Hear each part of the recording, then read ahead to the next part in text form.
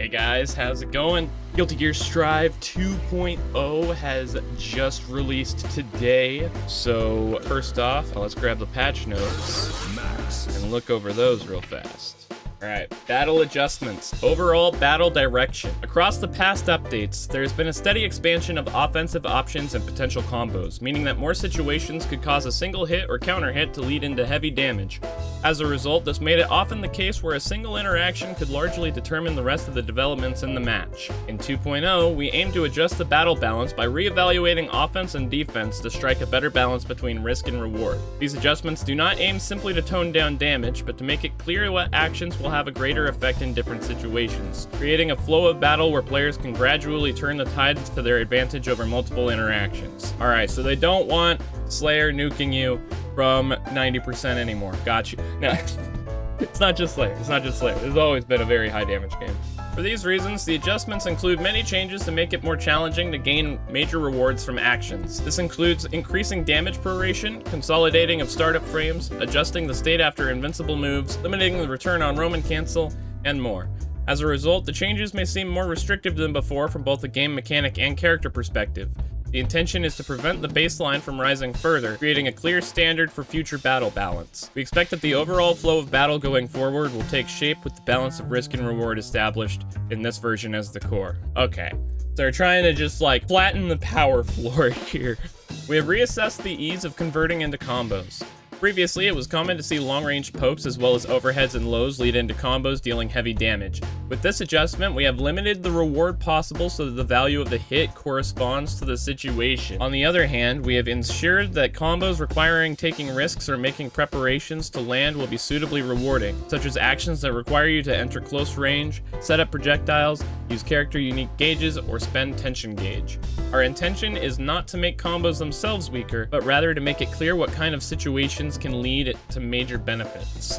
Alright, so kind of like more classic Guilty Gear, your long-range pokes no longer getting a crap ton of reward. No more funny little Wild Assault button to just get you in all of a sudden. Speaking of removing Wild Assault, in Season 3 we added Wild Assault with the goal of creating a new way to use the burst gauge and to expand offensive options. Our original intent was to make it an attack that felt intuitive to use. Over the course of adjusting the mechanic, however, its use cases expanded. While this did create depth to the mechanic, it changed into something that required practice and knowledge to use to its full potential. I mean, I really don't think this was the problem. I don't think this sentence is what people had a problem with Wild Assault in. As a result, it functioned as a powerful option in battle, but it would lead to greatly different results depending on how precisely it was utilized.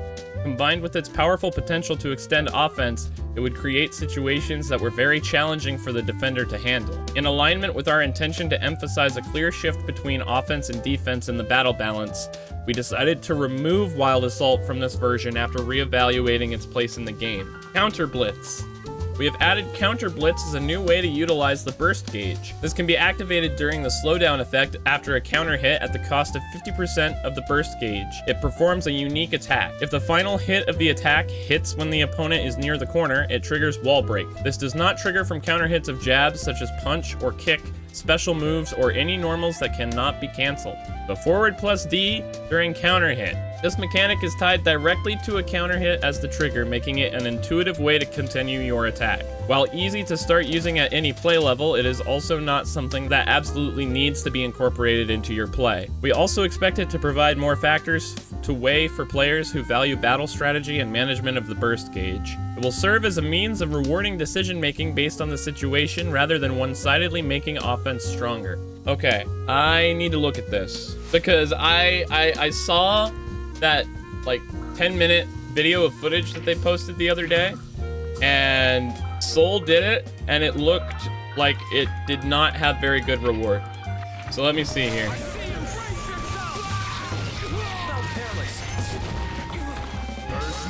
Yeah, so like, can I not cancel after that?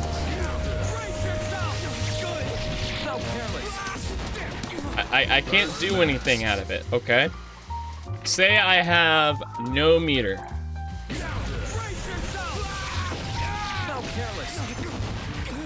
It gains you no meter, costs half your burst. I'm thinking what this is going to be useful for is like that. All right, 104 damage if I do that versus a very simple 91 damage.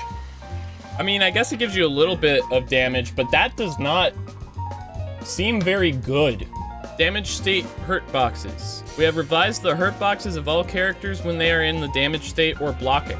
Previously, due to the differing hurt boxes between characters, some combos were only possible on certain characters or could connect unexpectedly under certain conditions. This made for unstable combos that could not be consistently recreated. With these changes, we have adjusted the standard for hurt boxes with the intention of making it clear when combos will succeed. There are 2 standard hurt box sizes, with all hurt boxes functioning the same in each category. Large for the big bodies, standard for all other characters. This addresses the significant difference in possible combos for only certain characters, making for clearer decision making when it comes to combos. On the other hand, this does mean that combos previously possible only under certain conditions may no longer work.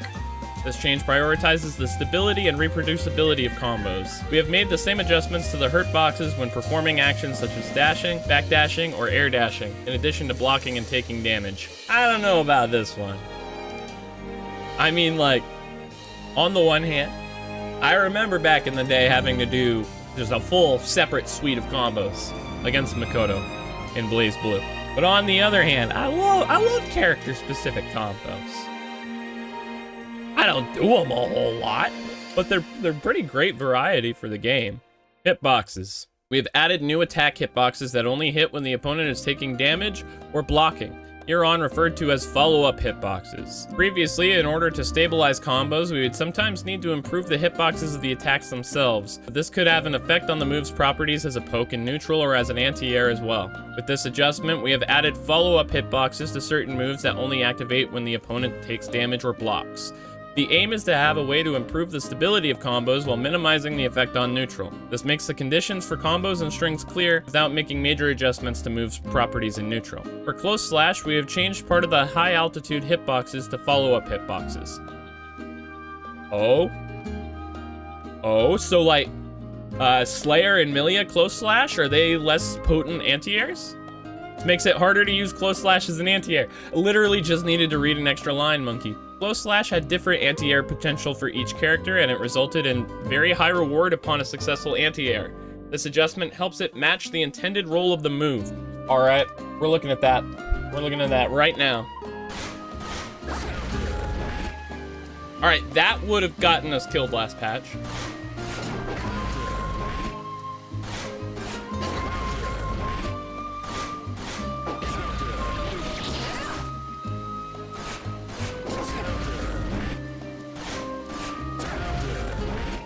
Alright, about Slayer. This is a good change. I really like the follow-up hitboxes. That's a good idea.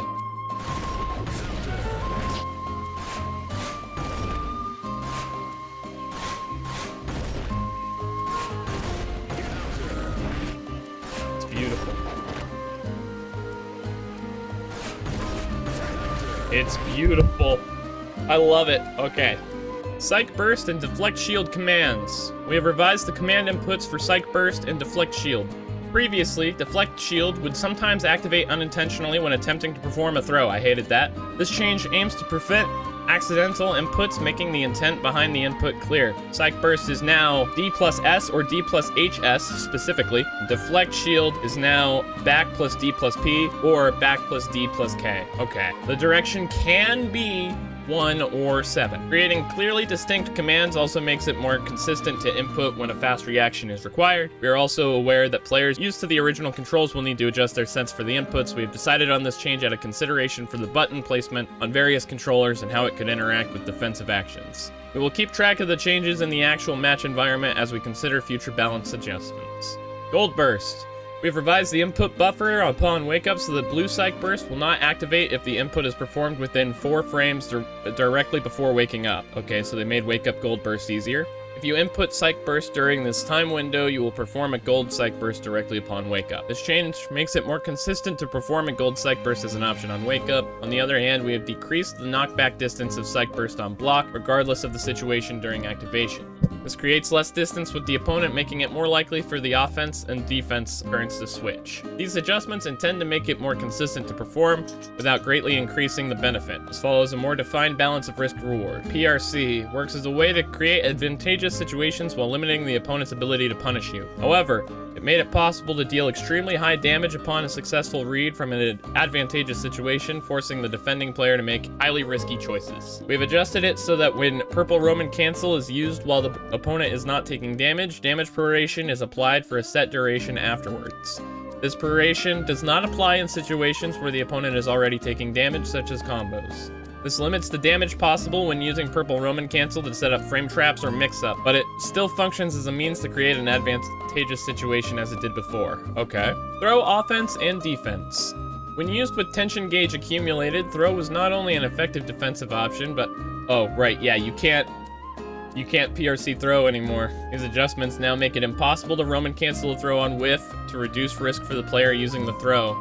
This makes a clearer division between offense and defense. Also has a very brief time from activation until it was possible to move again at very close range, making it challenging to assess the situation after a throw tech. We have extended the screen freeze and added distance after the tech to create a better reset to neutral. In addition to these changes, command grabs no longer have throw invincibility. Previously, their throw invincibility made them function as frame traps as well. As with normal throws, they can no longer be covered with Purple Roman Cancel on whiff. We have reassessed the risk and reward of various actions with invincibility. For invincible special moves, we have adjusted the situation on hit and block while maintaining their role as reversals. We have adjusted the blowback and recovery of invincible moves that could lead into Okizeme on hit, so that now they return you to neutral. They are now also easier to punish when blocked. We have also adjusted the mechanics for invincible overdrives. They cannot be Roman canceled like invincible special moves and leave you vulnerable to counter hits during the recovery. They can now no longer be Roman canceled on hit, making it challenging to deal major damage after an invincible move. Backdash is also a type of invincible action, so it can no longer be Roman canceled. Aw, man, the instant overhead mix is gone. Previously, some strings used blue Roman cancel after backdash. We have made it no longer possible to Roman cancel to manage situations where using invincibility to evade attacks could lead to high rewards.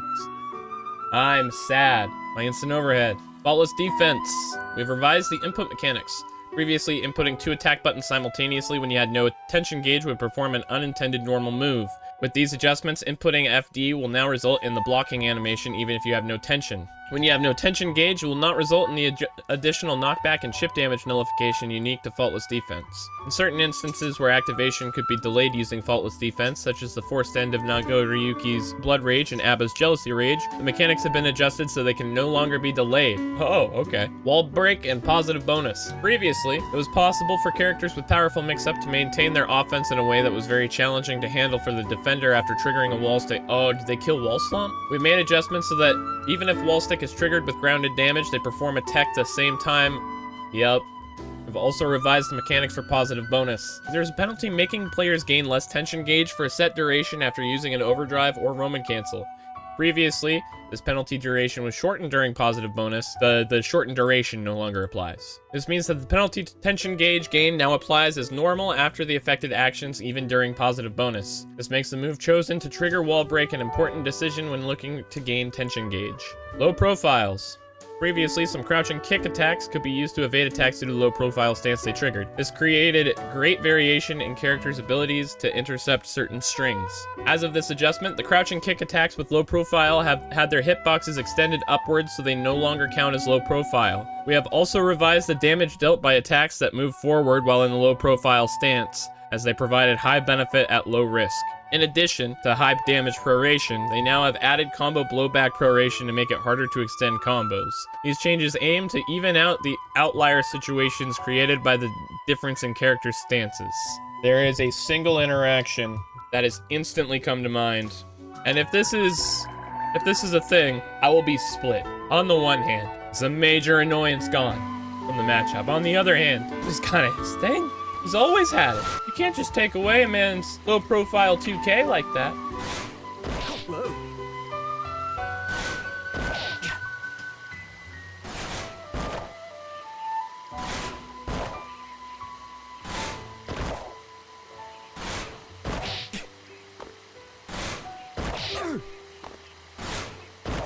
Well, I will take that.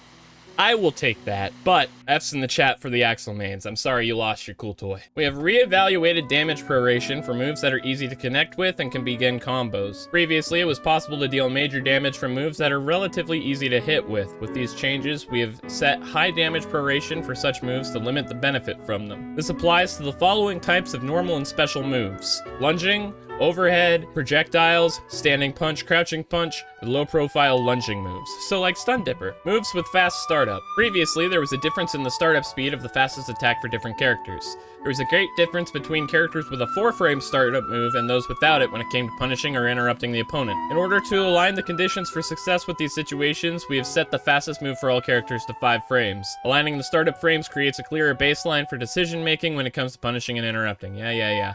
I don't like that change. I like that some characters are slower, some characters are faster. 6P hurt boxes. We have revised the timing when 6P enters a low-profile stance. Previously, different characters' 6P attacks would enter a low-profile stance at different frames. This meant that only some characters could interrupt certain strings. We have made adjustments to unify these conditions, making it so that all characters start with a slightly reduced upper hurt box as of frame 1, and the hurt box shrinks to its smallest size at frame 4. This makes your ability to interrupt strings less dependent on the character. Alright, this might sound hypocritical, given what I just said about this one. This one I'm more okay with, because honestly 6P feels more like a system mechanic than just a character's normal, to me. Like, it's the button to blow through mid-range pokes / anti-airs. This character has a 6-framer as his fastest move, or this character has a 4-framer. That kind of fundamentally changes a lot about the character. If this does as well, I don't know. I'll have to think on this one. Damage rates on counter hit. Previously, damage would increase by 10% upon counter hit. This would further increase by 20% when the risk level was at max and could lead to extremely high damage in certain situations when combined with the lowered defenses. With these adjustments, we have removed the damage modifier upon counter hit. This limits the upper potential of combos from starting counter hits. Counter hits still trigger the slowdown effect, meaning they still provide benefit in terms of hit confirming and choosing your next attack. This change aims to make it still valuable to hit, while keeping the potential damage within an appropriate range. Charge commands. We have reevaluated the conditions for successful charge commands. Previously, charge commands required 30 frames of charge time. We've adjusted it so that they require 25 instead. This makes it easier to perform charge moves after a single poke or an action using a forward input with smoother controls. Alright, that's pretty good for the charge character mains. Kai has a new move, Lightning Strike, and has received adjustments to help him benefit from making decisions based on the situation in battle and making accurate predictions while fighting with projectiles.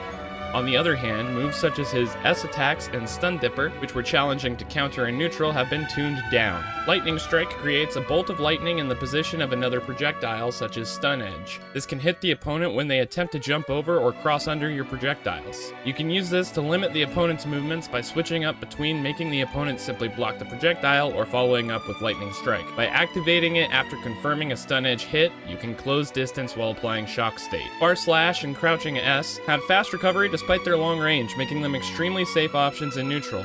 With these adjustments, we have revised the balance between risk and reward by extending the recovery. It will now be crucial to make decisions as to the use of projectiles with Stun Edge and Lightning Strike. The changes to damage and combo blowback proration for low-profile moves apply to Stun Dipper, thus reducing the damage it can lead into in combos as well as its ability to launch the opponent. It is also harder to benefit from confirming it has been blocked and using Purple Roman Cancel to maintain your offense due to the damage proration added to the Purple Roman Cancel mechanic. Alright, Airback Dash. Extended his hurt box.